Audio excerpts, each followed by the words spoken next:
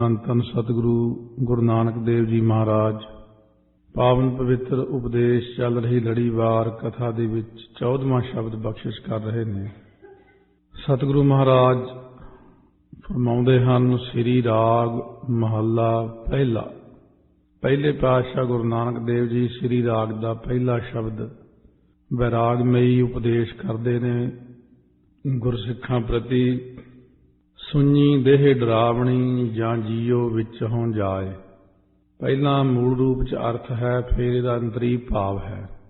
ਮਹਾਰਾਜ ਜੀ ਫਰਮਾਉਂਦੇ ਨੇ ਕਿ ਜਦੋਂ ਦੇਹ ਦੇ ਵਿੱਚੋਂ ਜੀਵ ਆਤਮਾ ਨਿਕਲ ਜਾਂਦੀ ਹੈ ਤਾਂ ਇਹ ਜਿਹੜੀ ਦੇਹ ਹੈ ਸਾਡੀ, ਇਹ ਸੁਣੀ ਤੋਂ ਭਾਵ ਖਾਲੀ ਹੋ ਕੇ ਸਰੀਰ ਬੰਦੇ ਦਾ, ਮੁਰਦੇ ਦਾ ਡਰਾਉਣਾ ਜਿਹਾ ਲੱਗਦਾ।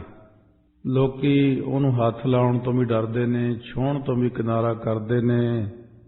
ਮੁਰਦੇ ਨੂੰ ਦੇਖ ਕੇ ਹਰ ਕੋਈ ਪਿੱਛੇ ਨੂੰ ਹਟ ਜਾਂਦਾ, ਮੁਰਦਾ ਹੈ। ਮਹਾਰਾਜ ਜੀ ਫਰਮਾਉਂਦੇ ਨੇ, ਭਾਹੇ ਬਲੰਦੀ ਵਿਝਵੀ ਧੂ ਨ ਨਿਕਸਿਓ ਕਾਏ।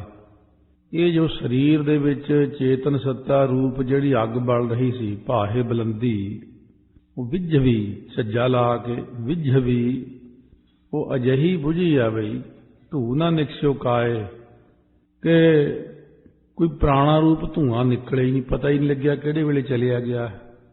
ਪ੍ਰਾਣਾ ਦੀ ਜਿਹੜੀ ਅੱਗ ਸਰੀਰ ਦੀ ਚੇਤਨ ਸੱਤਾ ਹੁੰਦੀ ਹੈ, ਜਿਹੜੀ ਚੇਤਨ ਸੱਤਾ ਆਪਾਂ ਨੂੰ ਸਾਰਿਆਂ ਨੂੰ ਲਈ ਫਿਰਦੀ ਹੈ, ਜੋਤ ਹੈ, ਉਹ ਜਿਹੜੀ ਅੱਗ ਬੁਝੀ ਤਾਂ ਧੂਆਂ ਵੀ ਨਹੀਂ ਨਿਕਲਣ ਦਿੱਤਾ ਉਹਨੇ।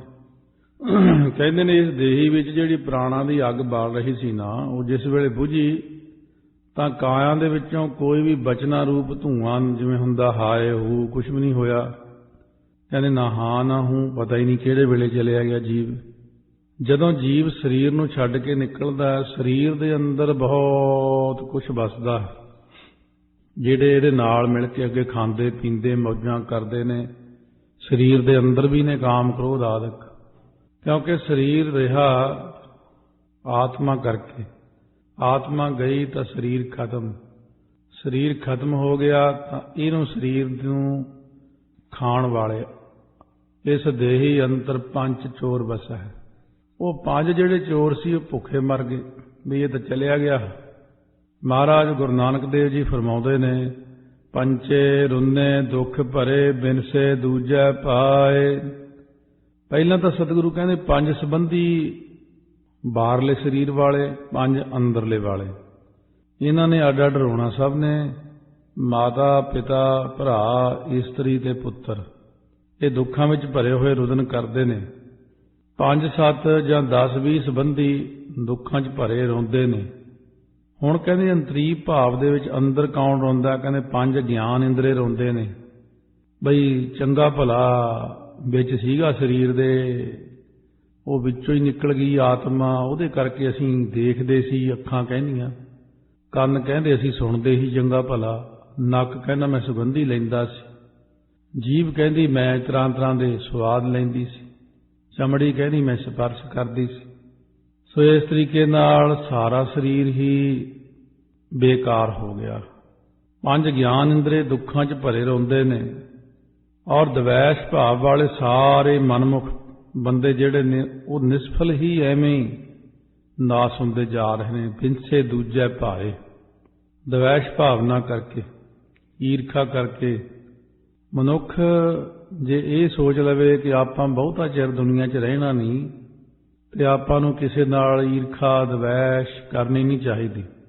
ਕਿਸੇ ਦਾ ਬੁਰਾ ਕਰਨਾ, ਕਿਸੇ ਦਾ ਕੰਮ ਖਰਾਬ ਕਰ ਦੇਣਾ, ਇਹ ਸਭ ਕੁਝ ਛੱਡ ਕੇ ਦੁਨੀਆ ਦਾ ਭਲਾ ਕਰਨਾ ਚਾਹੀਦਾ।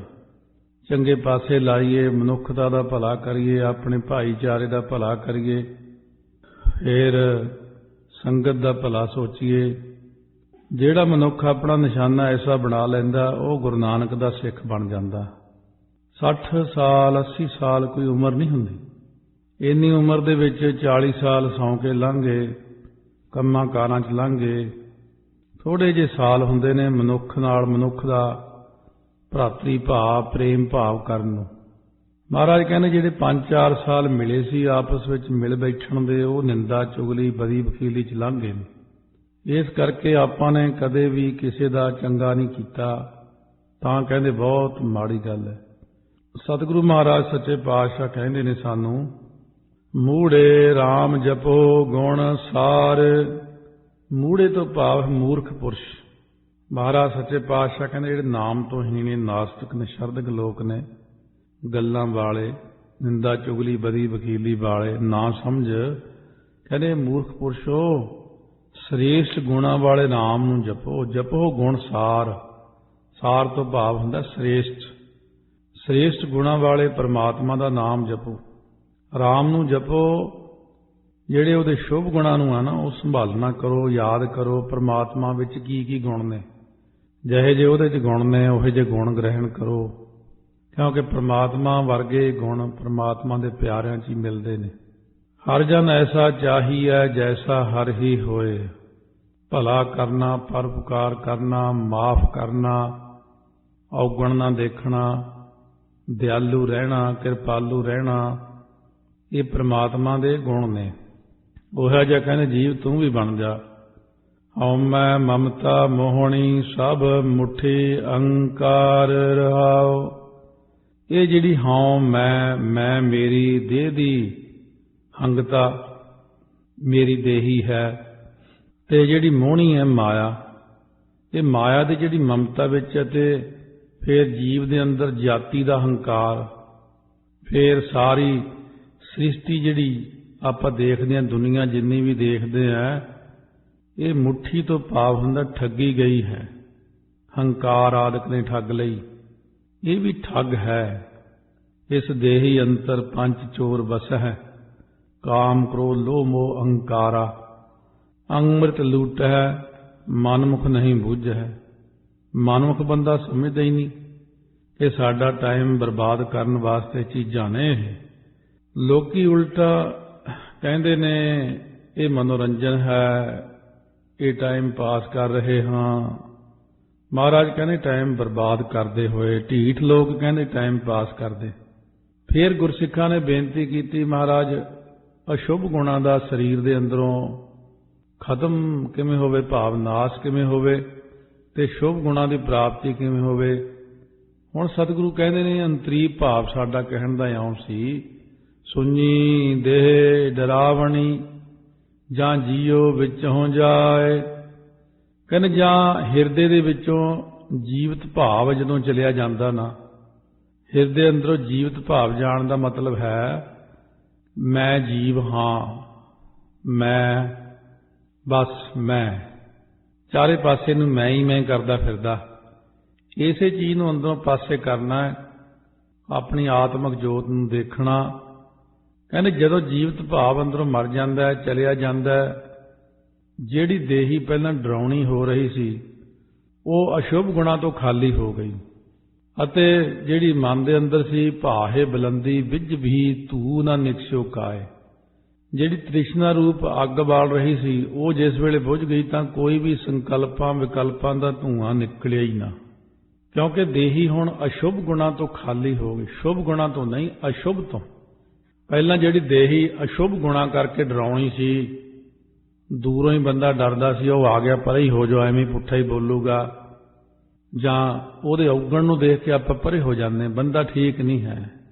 ਜਦੋਂ ਉਹਨੇ ਉਹ ਸਾਰੇ ਔਗਣ ਤਿਆਗ ਦਿੱਤੇ ਤਾਂ ਹੁਣ ਹਰ ਕੋਈ ਕਹਿੰਦਾ ਉਹਦੇ ਕੋਲ ਖੜੀਏ, ਕੁਝ ਸਿੱਖ ਲਈਏ, ਕਿਉਂਕਿ ਉਹਨੇ ਆਪਣੇ ਔਗਣ ਤਿਆਗ ਦਿੱਤੇ ਨੇ। ਹੁਣ ਸੰਕਲਪਾਂ ਵਿਕਲਪਾਂ ਦਾ ਧੂੰਆਂ ਹੀ ਨਹੀਂ ਨਿਕਲਿਆ, ਤ੍ਰਿਸ਼ਨਾ ਦੀ ਅੱਗ ਬੁਝ ਗਈ। ਪੰਚੇ ਰੁੰਨੇ ਦੁੱਖ ਭਰੇ, ਕਾਮ ਕ੍ਰੋਧ ਲੋਭ ਮੋਹ ਹੰਕਾਰ ਦੁੱਖਾਂ ਨੂੰ ਭਰ ਕੇ ਰੋਂਦੇ ਹੋਏ ਕਿ ਸਾਡੇ ਪਾਸੋਂ ਇਹ ਗੁਰਮੁਖ ਬਚ ਗਿਆ, ਨਹੀਂ ਤਾਂ ਖਾ ਲੈਣਾ ਸੀ। ਸਾਡੇ ਸਰੀਰ ਨੂੰ ਚੂੰਡ ਚੂੰਡ ਕੇ ਖਾਣ ਵਾਲੇ ਹਰ ਵਕਤ।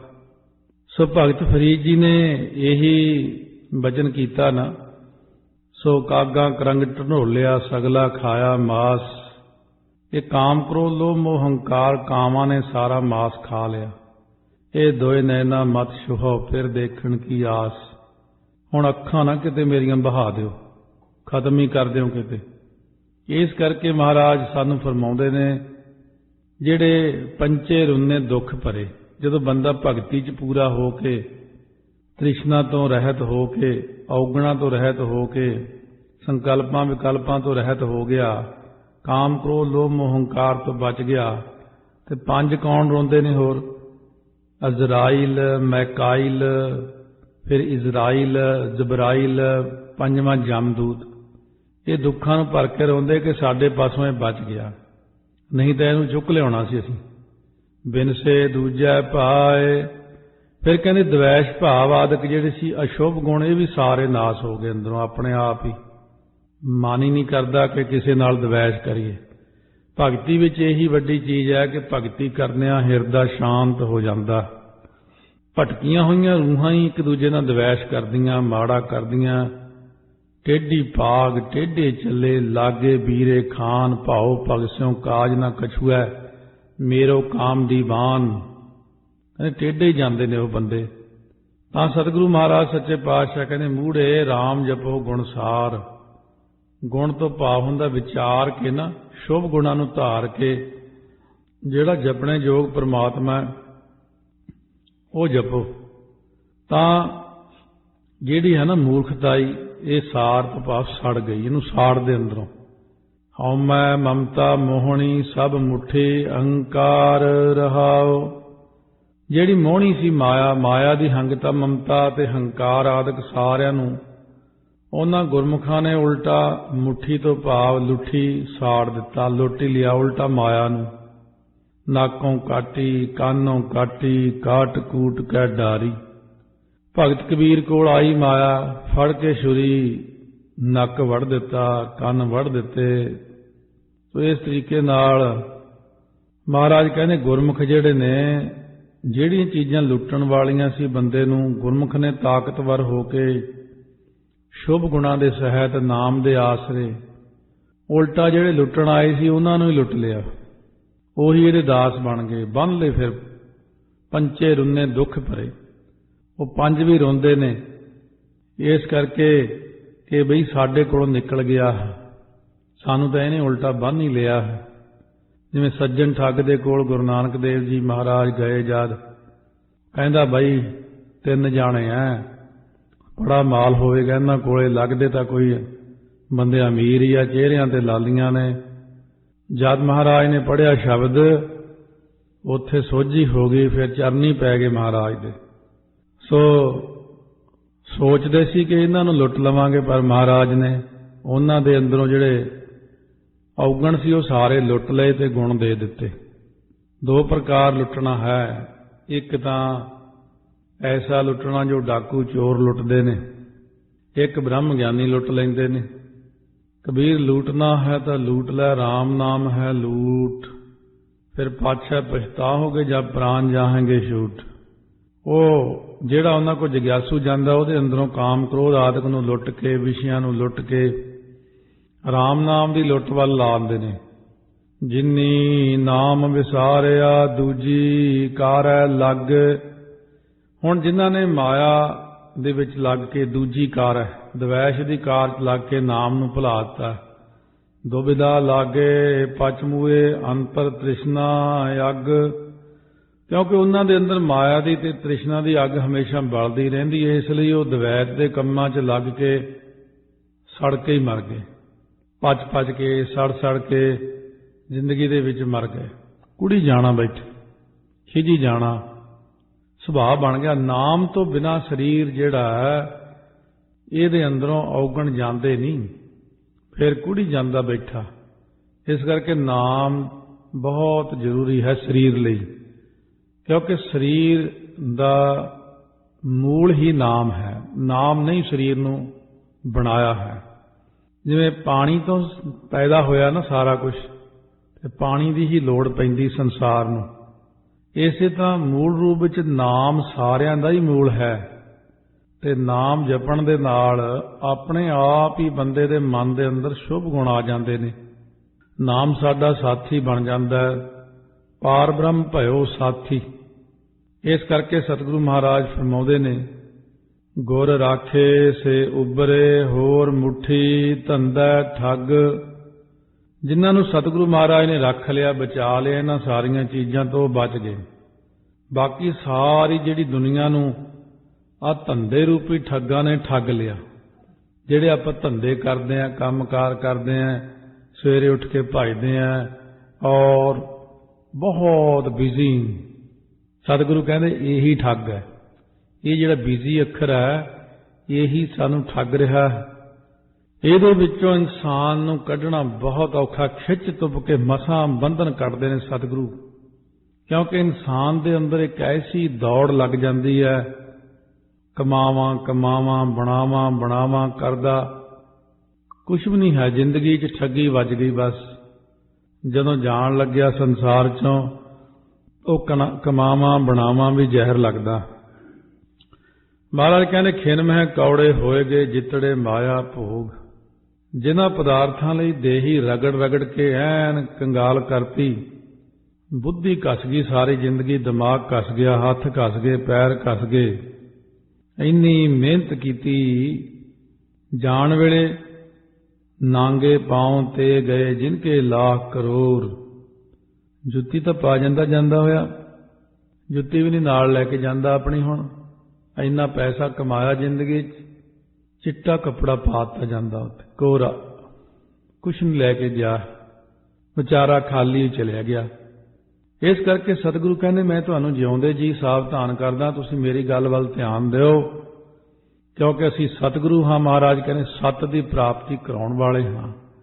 ਦੁਨੀਆ ਝੂਠੀ ਮਾਇਆ ਦੀ ਝੂਠੀ ਪ੍ਰਾਪਤੀ ਕਰਾਉਣ ਲਈ ਝੂਠਾ ਪ੍ਰਚਾਰ ਕਰਦੀ ਹੈ। ਅਸੀਂ ਸੱਚ ਦੀ ਪ੍ਰਾਪਤੀ ਲਈ ਸੱਚ ਦਾ ਪ੍ਰਚਾਰ ਕਰਦੇ ਹਾਂ, ਔਰ ਅੰਤ ਨੂੰ ਇਸੇ ਨੇ ਕੰਮ ਦੇਣਾ। ਕੂੜ ਨਖੁੱਟੇ ਨਾਨਕਾ ਓੜਕ ਸੱਚ ਰਹੀ, ਮੂਈ ਪ੍ਰੀਤ ਪਿਆਰ ਗਿਆ, ਮੁਆ ਵੈਰ ਵਿਰੋਧ। ਹੁਣ ਤਾਂ ਕਹਿੰਦੇ ਨੇ ਇਸਤਰੀ ਦੀ ਪ੍ਰੀਤੀ ਮਰ ਗਈ, ਸੰਬੰਧੀਆਂ ਦਾ ਪਿਆਰ ਵੀ ਚਲਿਆ ਗਿਆ। ਕਿਉਂ? ਉਹ ਦੱਸਿਆ ਜੋ ਕਿ ਸਾਰਾ ਕੁਝ ਅੰਦਰੋਂ ਖਤਮ ਕਰ ਦਿੱਤਾ, ਮਨ ਦੇ ਅੰਦਰੋਂ। ਸੰਬੰਧੀਆਂ ਦੀ ਪ੍ਰੀਤੀ ਮਰ ਗਈ, ਪਦਾਰਥਾਂ ਦਾ ਪਿਆਰ ਚਲਿਆ ਗਿਆ। ਵਿਰੋਧ ਪਾਉਣ ਵਾਲੇ ਵੈਰੀ ਜਿਹੜੇ ਸੀ, ਜਿਹੜਾ ਵੈਰ ਵੀ ਸੀ ਮੇਰੇ ਅੰਦਰ, ਵੈਰ ਭਾਵ ਪੈਦਾ ਹੁੰਦਾ ਸੀ, ਬਿਨਾਂ ਕਾਰਨ ਤੋਂ ਹੀ ਵੈਰ ਹੋ ਜਾਂਦਾ, ਈਰਖਾ ਦਵੈਸ਼ ਹੋ ਜਾਂਦੀ, ਉਹ ਵੀ ਖਤਮ ਹੋ ਗਿਆ। ਸੋ ਪ੍ਰੀਤੀ ਵਿਸ਼ੇਸ਼ ਹੁੰਦੀ ਆ, ਉਹ ਵੀ ਮਰ ਗਈ। ਪਿਆਰ ਸਮਾਨ ਤੇ ਹੁੰਦਾ, ਉਹ ਵੀ ਚਲਿਆ ਗਿਆ। ਵੈਰ ਜਿਹੜਾ ਅਨਾਦਿ ਕਾਲ ਦਾ ਹੁੰਦਾ, ਪਿਤਾ ਪੁਰਖੀ ਵਾਲਾ, ਜਿਵੇਂ ਬਿੱਲੀ ਤੇ ਚੂਹੇ ਦਾ ਸ਼ੁਰੂ ਤੋਂ ਹੀ ਵੈਰ ਆ, ਉਹ ਇਦਾਂ ਹੀ ਰਹਿਣਾ। ਇਹਨੂੰ ਕਹਿੰਦੇ ਅਨਾਦਿ ਕਾਲ ਦਾ ਵੈਰ। ਵਿਰੋਧ ਹੁੰਦਾ ਵਰਤਮਾਨ ਸਮੇਂ ਦਾ, ਜੋ ਕਿਸੇ ਕਾਰਨ ਆਪਸ ਵਿੱਚ ਦੁਸ਼ਮਣੀ ਪੈ ਗਈ, ਫਿਰ ਸਾਰੇ ਮਰ ਗਏ। ਧੰਦਾ ਥੱਕਾ ਹਉ ਮੁਈ ਮਮਤਾ ਮਾਇਆ ਕ੍ਰੋਧ। ਕੁੱਲ ਦੁਨੀਆ ਦਾ ਜੋ ਵਿਹਾਰ ਸੀ ਨਾ, ਉਹ ਥੱਕ ਗਿਆ, ਭਾਵ ਖਤਮ ਹੋ ਗਿਆ ਅੰਦਰੋਂ। ਹੁਣ ਜਿਹੜੀ ਹੰਗਤਾ ਸੀ ਉਹ ਵੀ ਮਰ ਗਈ, ਮਾਇਆ ਦੀ ਮਮਤਾ ਵੀ ਮਰ ਗਈ, ਕ੍ਰੋਧ ਆਦਿਕ ਵੀ ਸਾਰੇ ਮੇਰੇ ਅੰਦਰੋਂ ਮਰ ਗਏ। ਹੁਣ ਕਰਮ ਮਿਲੈ ਸੱਚ ਪਾਈਐ, ਗੁਰਮੁਖ ਸਦਾ ਨਿਰੋਧ। ਕਹਿੰਦੇ ਸਭ ਤੋਂ ਪਹਿਲੇ ਆਪਣੇ ਕਰਮ ਚੰਗੇ ਹੋਣ ਤਾਂ ਵਾਹਿਗੁਰੂ ਦੀ ਕਰਮ ਬਖਸ਼ਿਸ਼ ਪ੍ਰਾਪਤ ਹੁੰਦੀ। ਕਰਮ ਮੇ ਮਿਲੈ ਸੱਚ ਪਾਈਐ। ਜਦੋਂ ਵਾਹਿਗੁਰੂ ਦੀ ਕਰਮ ਬਖਸ਼ਿਸ਼ ਹੁੰਦੀ ਹੈ ਤਾਂ ਕਿਰਪਾ ਕਰਕੇ ਗੁਰਮੁਖ ਪਿਆਰੇ ਮਿਲਦੇ ਨੇ। ਗੁਰਮੁਖ ਮੁਖੀ ਗੁਰੂ, ਗੁਰਮੁਖ ਦਾ ਭਾਵ ਹੈ ਮੁਖੀ ਗੁਰੂ ਦੀ ਪ੍ਰਾਪਤੀ ਹੁੰਦੀ। ਜਦੋਂ ਸਤਿਗੁਰੂ ਜੀ ਮਿਲ ਜਾਂਦੇ ਮਹਾਰਾਜ ਦੀ ਕਿਰਪਾ ਨਾਲ, ਜਦੋਂ ਫਿਰ ਨਿਰੋਧ ਦਾ ਅਰਥ ਹੈ ਇੰਦਰੀਆਂ ਦਾ ਦਮਨ ਕੀਤਾ, ਤਾਂ ਸੱਚੇ ਪ੍ਰਮਾਤਮਾ ਦੀ ਪ੍ਰਾਪਤੀ ਹੁੰਦੀ। ਗੁਰੂ ਸਾਹਿਬ ਨੇ ਦੱਸਿਆ ਆਵਾਗਾਉਣ ਨਾ ਫਿਰ ਘੁੰਮਣਾ ਨਹੀਂ ਜ਼ਿਆਦਾ, ਪੈਰਾਂ ਨੂੰ ਰੋਕ ਕੇ ਰੱਖ ਮਾੜੇ ਪਾਸੇ, ਹੱਥਾਂ ਦੀ ਦੁਰਵਰਤੋਂ ਨਾ ਕਰ, ਅੱਖਾਂ ਨੂੰ ਸੰਭਾਲ, ਬੈਟਰੀ ਖਤਮ ਹੁੰਦੀ ਅੱਖਾਂ ਦੀ, ਜੇ ਬਾਹਲਾ ਦੇਖੀ ਜਾਓ ਦੇਖੀ ਜਾਓ।